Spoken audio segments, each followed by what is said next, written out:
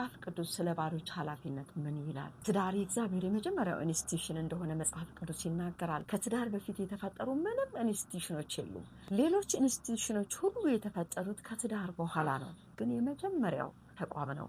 ይህ ተቋም በአዳም መሪነት በሔዋን ረዳትነት የሚመራ ተቋም ነው እና በዚህ ተቋም ውስጥ መሪው እንደ መሪ ረዳት ደግሞ እንደ ረዳት እንዲቀጥሉ አብረው እንዳይለያዩ ሆኖ ነው እዚያ መልካም ስፍራ ገነት ውስጥ ያስቀመጣቸው።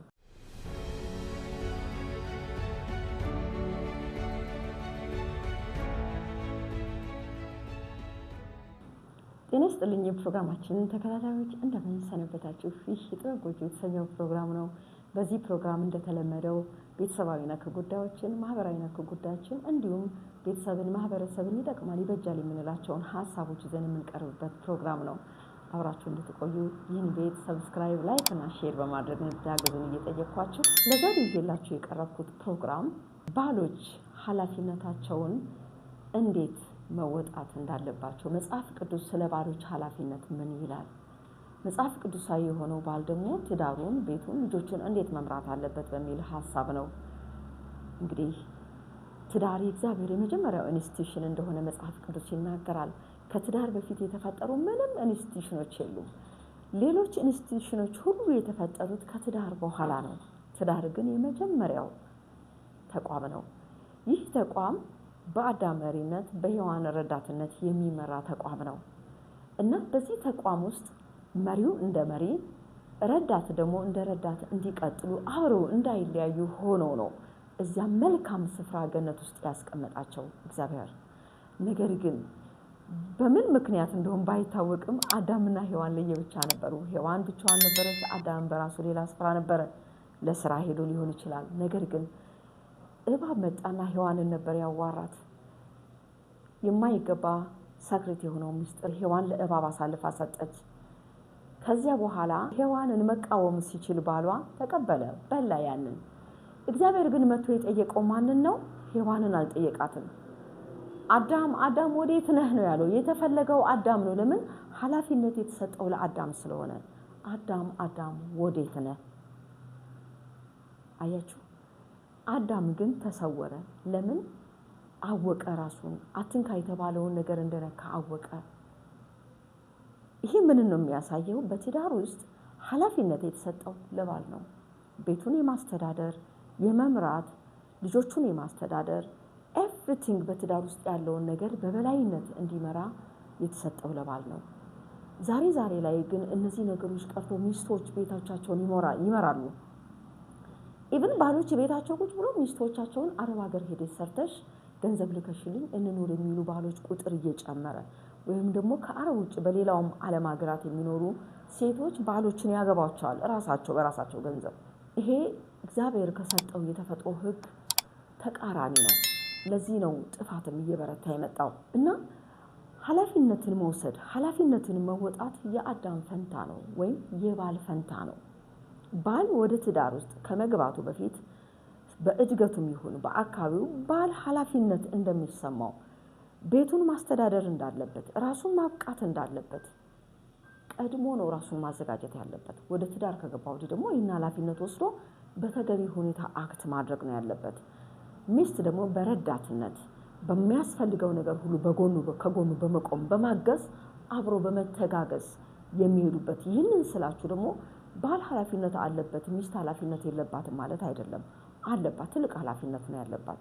በቤት ውስጥ የልጆች ድርሻ፣ ቤትን የማስተዳደር ኤቭሪቲንግ የሚስት ድርሻ ነው። ወንድ ግን ከውጪ ፕሮቫይድ በማድረግ ቤቱን መምራት ነው። በእንደዚህ ሁኔታ እየተጋገዙ የሚኖሩ ትዳሮች በጣም መልካም ናቸው። ስለዚህ አዳም ወዴት ነህ? ከእግዚአብሔር የመጀመሪያው ጥሪ የመጣው ለማን ነው? ለአዳም ነው። እንግዲህ አዳም ወዴት ነህ ሲል ይህም በዘፍጥረት 3:8-9 ባለው ስፍራ ላይ እናያለንና ሔዋን ወዴት ነሽ አላላትም። አዳም ወዴት ነህ ማለት በሰጠው ኃላፊነት እየመራህ ነው ቤትህን ማለት ነው።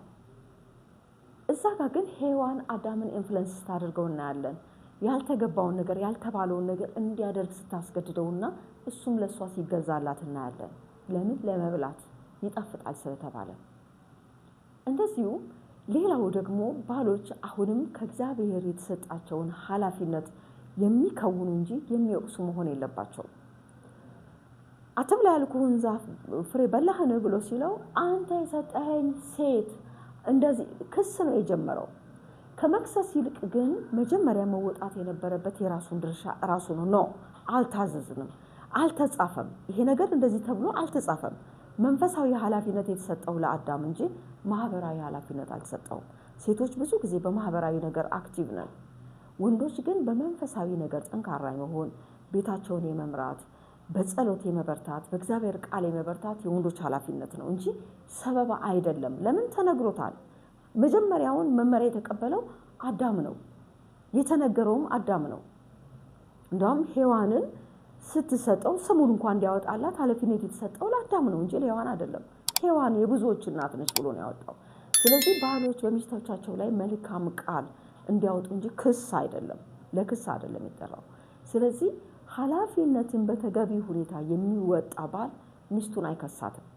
የመክሰስ አቅምም የለውም። ለምን? እሱም አትከሰውም። በትክክል ኃላፊነቱን እየተወጣ ስላለ እግዚአብሔርን ብለስ ያደርገዋል። እሱም በአግባቡ ይሰራል። በምድራችን ላይ እንደዚህ አይነት ባሎች ብዙዎች አሉ። ቤታቸውን በአግባቡ የሚያስተዳድሩ፣ በኃላፊነት የሚመሩ፣ ትክክለኛውን ድርሻቸውን አውቀው በቤታቸው የሚያስተዳድሩ ባሎች አሉ። በዚህ ቤተሰብ ውስጥ የሚኖሩ ሚስትም ልጆችም ጤንነታቸው ሰኪሪታቸው የተጠበቀ ነው የሚሆነው። ስለዚህ መውቀስ አይደለም። አንተ የሰጠኸኝ ሚስት እግዚአብሔርን ነው መውቀስ የጀመረው። እግዚአብሔርን የሚወቅስ ደግሞ ልክ በአሁኑ ደግሞ ስንመጣ ሚስቶቻቸውን ሌሎች ሰዎችን እኔ እከሌ አግባ ብሎ ነው እሷን ያገባኋት መጀመሪያም ሲነገረኝ ነው ያገባኋት እያሉ የወቀሳ ቋንቋ ከመናገር ይልቅ የራስን ኃላፊነት በሚገባ መወጣት መልካም እንደሆነ ነው። እንግዲህ ባሎች ሚስቶቻቸውን ከመውቀስ ይልቅ መጸለይ፣ መልካም ቃልን መናገር፣ ኢቭን ችግር ሲፈጠር ይቅርታ መጠየቅ እና በመንፈሳዊ ነገሮች መጨመር ነው የወንዶች ድርሻ። እንግዲህ ሶስተኛው ደግሞ የህይወትን ቃል ባሎች በሚስቶቻቸው ላይ የህይወትን ቃል መናገር። ለምን? አዳም ሔዋንን ስምን ያወጣላት ስም ደግሞ የብዙዎች እናት ማለት ነው። መልካም ቃል ነው ያወጣላት። ዘፍጥረት 3:20 ላይ ይናገራል። ስለዚህ ባሎች በሚስቶቻችሁ ላይ መልካም ወርድን ማውጣት፣ ሚስቶቻችሁን ብለስ ማድረግ፣ ለሚስቶች ያላችሁን ፍቅር መግለጽ ህይወት ጣፋጭ እንዲሆን እንዲቀጥል ያደርጋል። ነገር ግን ሚስቶቻችሁ ላይ ክፉ አንደበት የምታወጡ፣ ሰላምን የማትወዱ ወይም ደግሞ ሚስቶቻችሁን አቢዩዝ የምታደርጉ፣ የምትመቱ፣ በተለያየ መንገድ የምትጎዳችሁ ባሎች የወደፊት የእናንተን የግል ህይወታችሁን ነው የምታበላሹት። የልጆቻችሁንም ሰላም ነው የምታውቁት። ስለዚህ ባሎች ለሚስቶቻችሁ መልካም ቃል እንድትናገሩ፣ ልክ ሔዋን ብሎ እንደጠራት መልካም ነገር እንድትናገሩ። ለምን? የባሎች አንደበት ፓወር አለው በቤት ውስጥ እግዚአብሔር ራስ አድርጎ ስለፈጠራቸው በሚስታቸው ላይ፣ በልጆቻቸው ላይ፣ በነገሮቻቸው ላይ የሚናገሩት ነገር አቅም አለው። ሚስቱን ግን አቢዩዝ የሚያደርግ አትረቢም የሚላት ደግሞ ምንም መሆን ስለማይችል ይሄንኑ ከወዲሁ ልንረዳ ይገባል ማለት ነው። ስለዚህ ባሎች ሚስቶቻችሁ ላይ የህይወትን ቃል የሚያንጽ፣ የሚያበረታ፣ የሚያግዝን ቃል እንድታወጡ እያልኩ እንግዲህ ዛሬ ላይ ያነሳናቸው ነገሮች ባሎች በቤታችሁ ውስጥ የምታወጣቸው ቃሎች ኃላፊነታችሁን ከአዳም የተማራችሁትን አዳማዊ ባህሪያችሁን እንድታሳድጉ፣ እንደገናም ደግሞ ከክስ ይልቅ መልካም ቃላትን እንድትናገሩ፣ እንድትባርኩ። ክስ ማለት በቃ እኔ አይደለሁም እሷ ነች፣ ከበዚህ ፈንታ አጥፍቻለሁ፣ እኔ ነኝ ያጠፋሁት፣ እኔ ይሄንን ነገር አድርጌ ቢሆን ኖሮ ይሄ አይመጣም፣ የዚህ ሁሉ ጥፋት ኃላፊነቱን እኔ ወስዳለሁ በሚል ይቅርታን መጠየቅ እንጂ መውቀስ አይገባም። እንደዚሁም ደግሞ መልካም ወርድን በማውጣት መልካም ብሌሲንግን በመናገር በቤታችሁ ውስጥ ሰላምን ማምጣት ይቻላል። አራተኛው እንግዲህ መልካም ረዳት መሆን ነው። በመረዳዳት ትዳር በመረዳዳት የሚመራ ነው። ትዳር አንዱ ሌላውን በማገዝ የሚመራ ነው። ሚስትም ምቹ ረዳት ነው፣ የምትመች ነው ያለው እንጂ የምትጎረብጥ ረዳት አላለም። ነገር ግን አዳም ደግሞ ይህች አጥንት ከአጥንቴ እንዳለ እግዚአብሔር የመረጠለት ምርጫ ትክክል ነው። አሁንም ወደ ትዳር የምትመጡ ሰዎች እግዚአብሔር ትክክለኛ የሆነች አጥንታችሁን እንዲመርጥላችሁ፣ ምቹ የሆነች ረዳታችሁን እንዲመርጥላችሁ ጸሎት ያስፈልጋል ማለት ነው።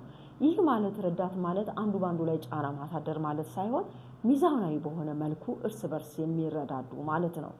ስለዚህ ባሎች ለሚስቶቻችሁ እናንተም ረዳት እንደሆናችሁ የምታግዟቸው የምታበረቷቸው እንደሆናችሁ ማሳወቅ ያስፈልጋል። ይሄ ደግሞ በአንደበት ቃል መርዳት አለ፣ ፋይናንሻሊ መርዳት አለ፣ በተለያዩ ነገሮች ሚስቶቻችሁን መርዳት አለ።